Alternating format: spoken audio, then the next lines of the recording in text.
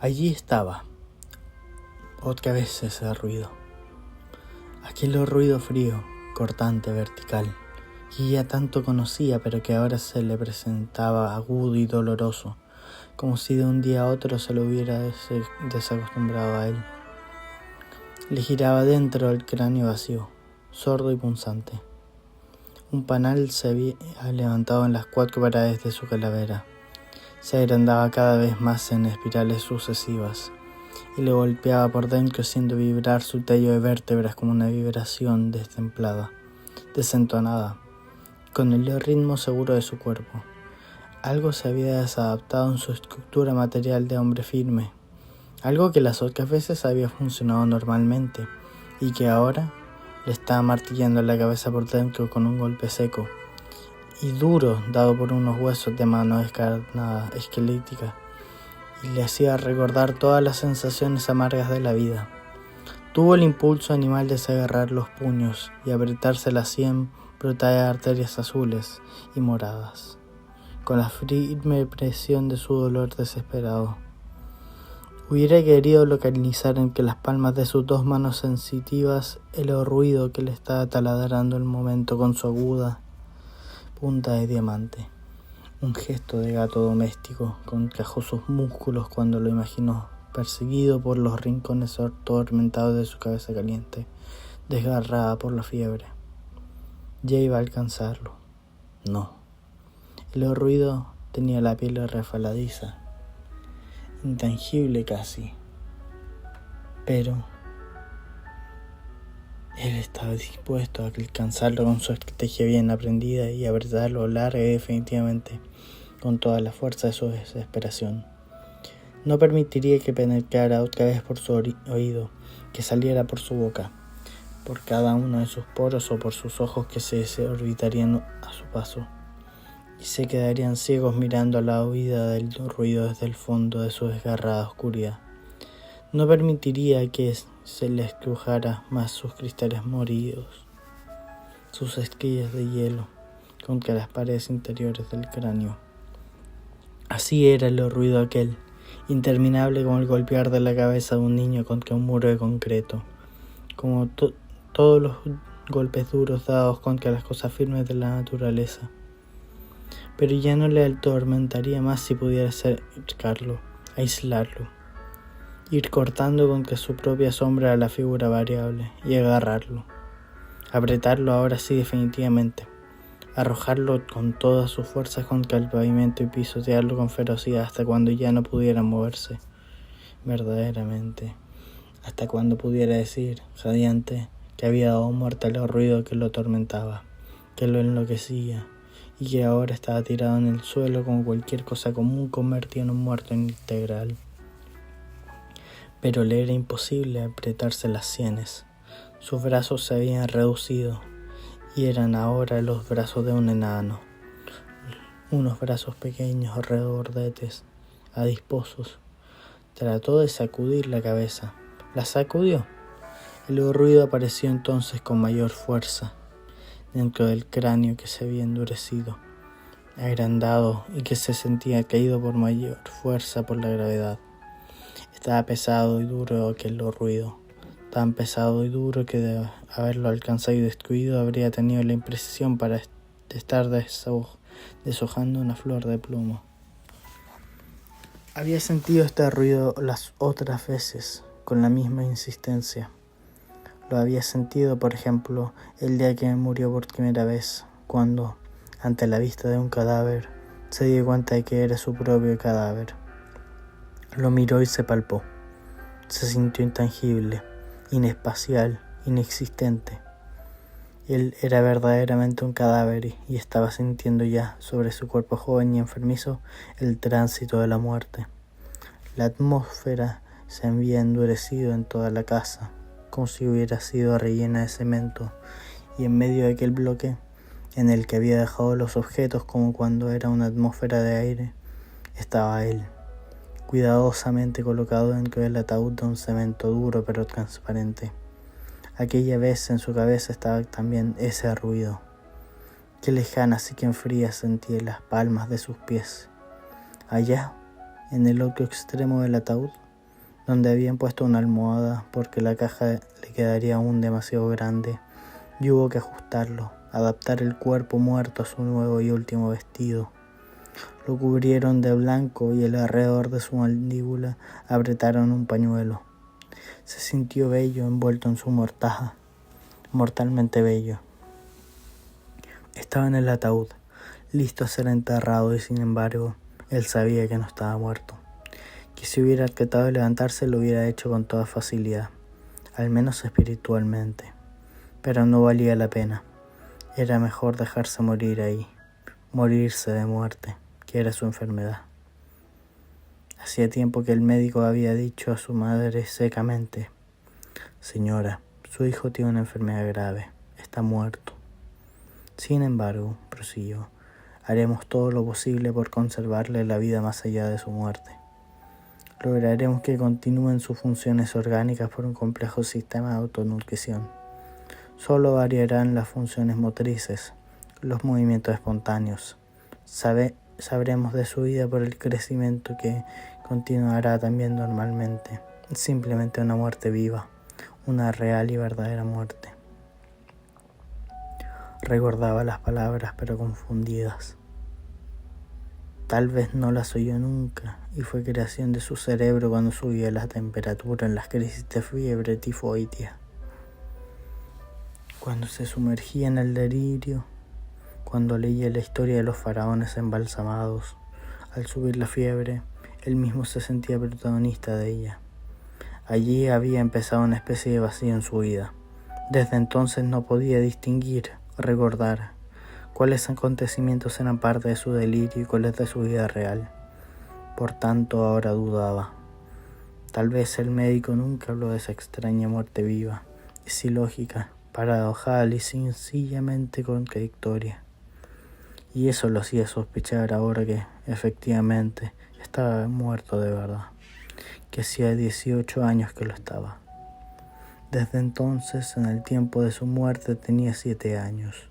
Su madre le mandó hacer un ataúd pequeño de madera verde, un ataúd para un niño. Pero el médico ordenó que hicieran una caja más grande, una caja para un adulto normal, pues aquella pequeña podría atrofiar el crecimiento y llegaría a ser un muerto de forma a un vivo normal.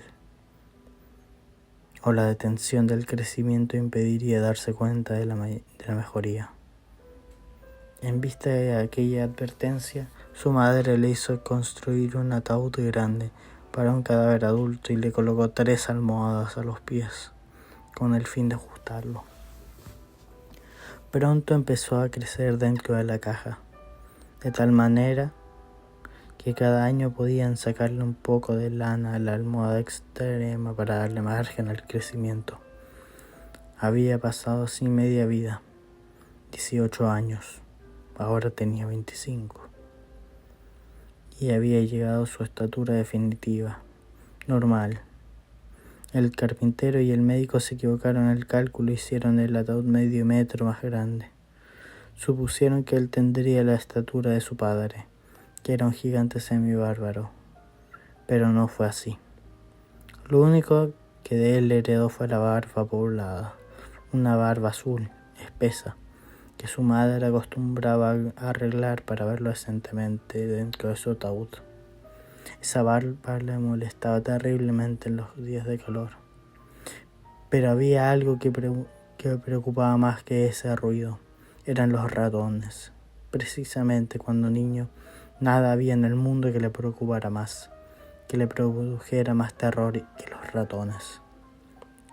Y eran precisamente esos animales asquerosos los que habían acudido al olor de las bujías que ardían a sus pies.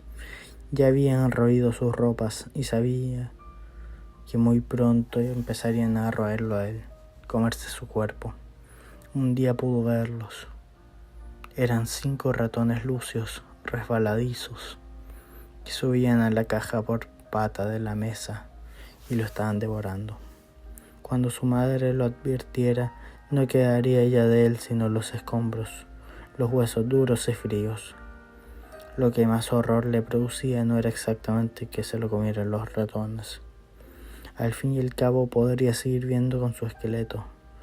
Lo que lo atormentaba era el terror innato que sentía hacia esos animalitos. Se le erizaba la piel con solo pensar en esos seres velludos que recorrían todo su cuerpo, que penetraban por los pliegues de su piel y le rozaban los labios con las patas heladas. Uno de ellos subió hasta sus párpados y trató de roer su córnea. Le vio grande, monstruoso. En su lucha desesperada por taladrarle la retina.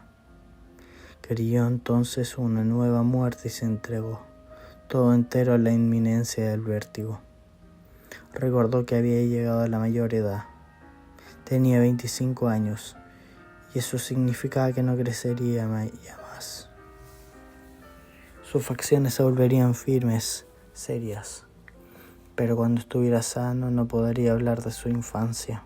No la había tenido, la pasó muerto. Su madre había tenido meticulosos cuidados durante el tiempo que duró la transición de la infancia a la pubertad. Se preocupó por la higiene perfecta del ataúd y de la habitación en general.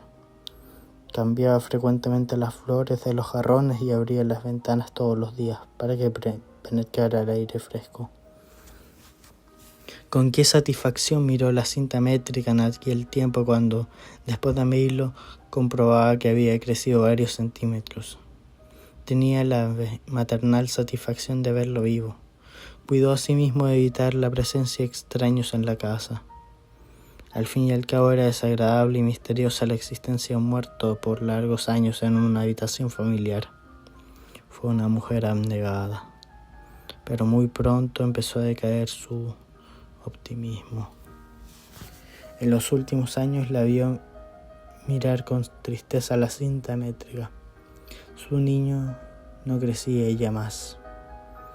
En los meses pasados no progresó el crecimiento 1 milímetro siquiera. Su madre sabía que iba a ser difícil ahora encontrar la manera de advertir la desquecencia de la vida de su muerto querido. Tenía el temor de que una mañana amaneciera realmente muerto, y tal vez por eso aquel día él pudo observar que se acercaba a su caja discretamente y olfateaba su cuerpo. Había caído en una crisis de pesimismo.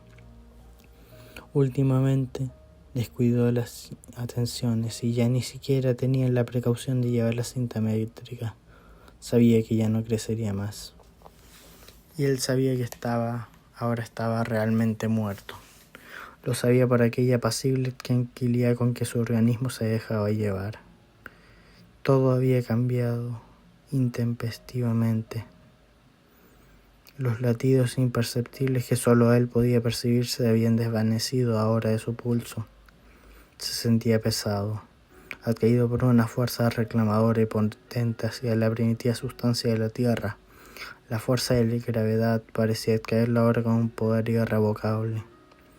Estaba pesado como un cadáver positivo, innegable, pero estaba más descansado así. Ni siquiera tenía que respirar para vivir su muerte. Imaginariamente, sin tocarse, recorrió uno a uno cada uno de sus miembros. Allí sobre una almohada dura estaba su cabeza levemente vuelta hacia la izquierda. Imaginó su boca entreabierta por la delgada orilla de frío que le llenaba la garganta de granizo. Estaba tronchado como un árbol de 25 años. Quizá trató de cerrar la boca. El pañuelo que le había atravesado la quijada estaba flojo. No pudo colocarse, componerse, tomar una pose siquiera para parecer un muerto decente. Ya los músculos, los miembros, no acudían como antes, puntuales al llamado de su sistema nervioso. Ya no era el de 18 años atrás, un niño normal que podía moverse a su gusto. Sintió sus brazos caídos, tumbados para siempre, apretados contra las paredes acoginadas del ataúd. Su vientre duro como una corteza de nogal, y más allá las piernas íntegras, exactas, contemplando su perfecta anatomía de adulto. Su cuerpo reposaba con pesadez pero apaciblemente sin malestar alguno, como si el mundo se hubiera detenido de repente y nadie interrumpiera el silencio. como si todos los pulmones de la tierra hubieran dejado de respirar para no interrumpir la liviana quietud del aire. Se sentía feliz como un niño boca arriba sobre la hierba fresca y apretada, contemplando una nube alta que se aleja por el cielo de la tarde. Era feliz aunque sabía que estaba muerto, que reposaba para siempre en la caja recubierta de seda artificial. Tenía una gran lucidez.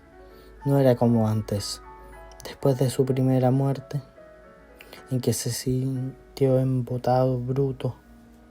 Las 4 bujías que habían puesto de alrededor suyo y que eran renovadas cada 3 meses empezaban a agotarse nuevamente, precisamente cuando iban a ser indispensables.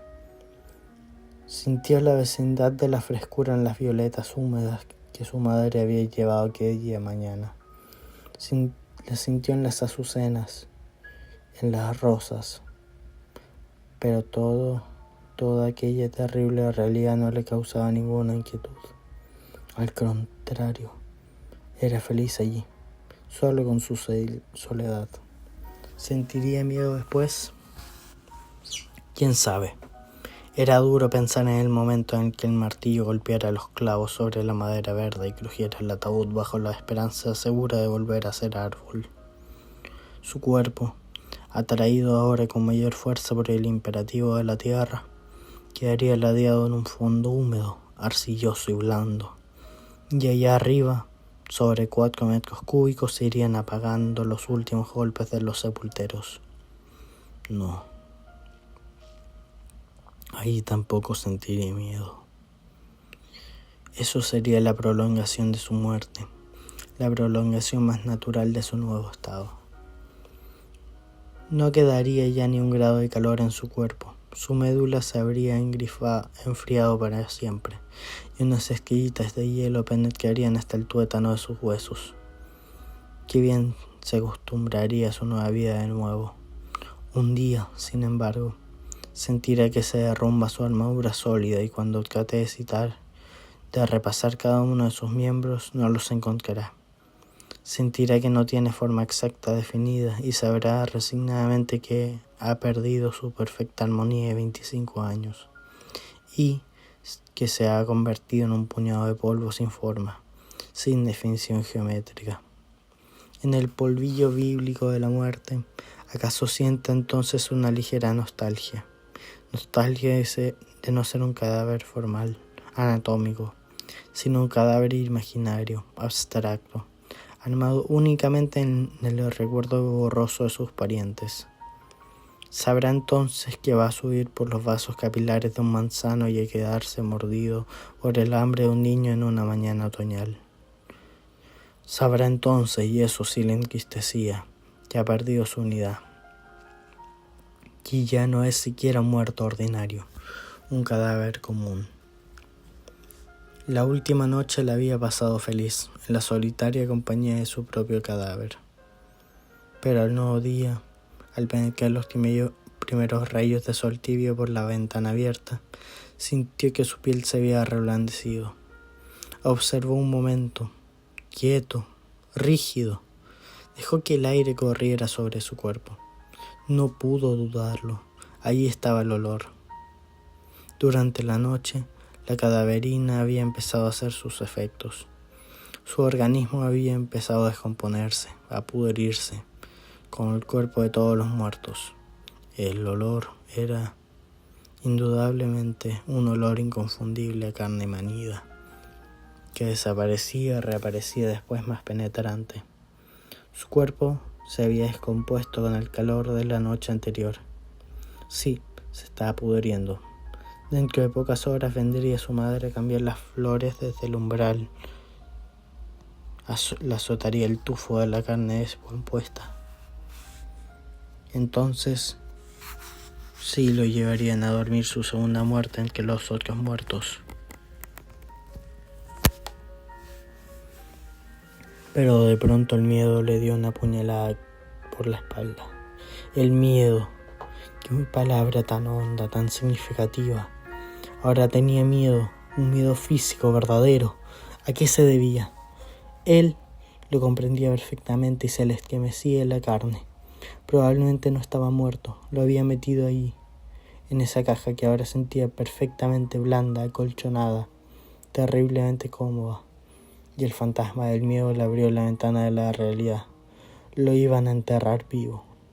No podía estar muerto, porque se da cuenta exacta de todo, de la vida que giraba en torno, así, murmurante, del olor tibio de los heliótropos que penetraba por la ventana abierta y se confundía con el otro olor.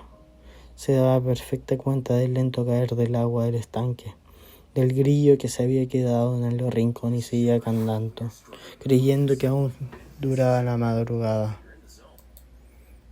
Todo le negaba su muerte, todo menos el olor. Pero, ¿cómo iba a saber que ese olor era suyo? Tal vez su madre había olvidado el día anterior cambiar el agua de los jarrones y los tallos estaban pudriéndose. O tal vez el ratón que el gato había rascado hasta su pieza se descompuso con el calor. No, el olor no podía ser de su cuerpo. Hacía unos momentos estaba feliz con su muerte porque creía estar muerto. Porque un muerto puede ser feliz con su situación irremediable. Pero un vivo no puede resignarse a ser enterrado vivo. Sin embargo, sus miembros no correspondían a su llamado. No podía expresarse y eso era lo que le causaba terror. El mayor terror de su vida y de su muerte. Lo enterrarían vivo. Podría sentir, darse cuenta del momento en que clavarán la caja. Sentiría el vacío del cuerpo suspendido en hombros de los amigos mientras su angustia y desesperación se irían agrandando a cada paso de la procesión. Inútilmente él tratará de levantarse, de golpear con todas sus fuerzas desfallecidas, de golpear por dentro del ataúd oscuro y estrecho para que supieran que aún vivía, que iban a enterrarlo vivo. Sería inútil. Allí tampoco responderían sus miembros al urgente y último llamado de su sistema nervioso.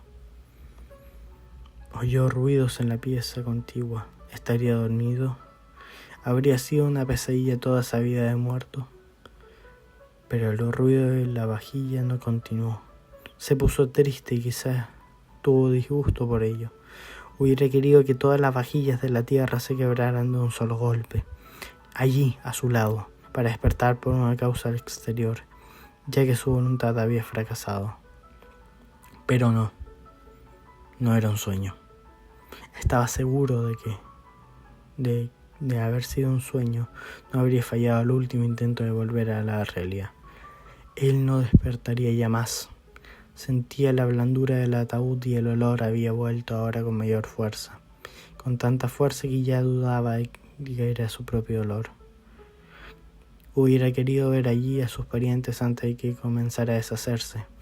El espectáculo de la carne putrefacta les produjera asco. Los vecinos huirían espantados del ferretero con un pañuelo en la boca. Féretro. Escupirían. No, eso no. Era mejor que lo enterraran. Era preferible salir de eso cuanto antes.